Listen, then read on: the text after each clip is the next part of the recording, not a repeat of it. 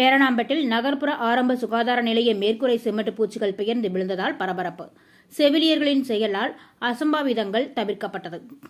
வேலூர் மாவட்டம் Pernambut we. Quota சாலையில் தேசிய நகர்ப்புற ஆரம்ப சுகாதாரத்துறை சார்பில் சுமார் 1,20,00,000 மதிப்பீட்டில் 6 மாதங்களுக்கு முன் திறக்கப்பட்ட பேரணாம்பட்டு நகர்ப்புற ஆரம்ப சுகாதார நிலையம் செயல்பட்டு வருகிறது.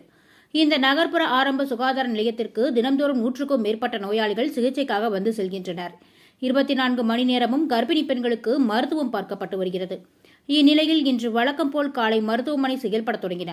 அப்போது பிரசவ வார்டில் இருந்த மேற்கூரை சிமெண்ட் பூச்சிகள் திடீரென பெயர்ந்து விழுந்து விபத்துக்குள்ளானது. செவிலியர்களின் செயலால் அசம்பாவிதங்கள் தவிர்க்கப்பட்டது. நகர்ப்புற ஆரம்ப சுகாதார நிலையத்தின் மேற்கூரை பெயர்ந்து விழுந்ததால் இச்சம்பவம் அப்பகுதி மக்களிடையே பரபரப்பை ஏற்படுத்தியுள்ளது.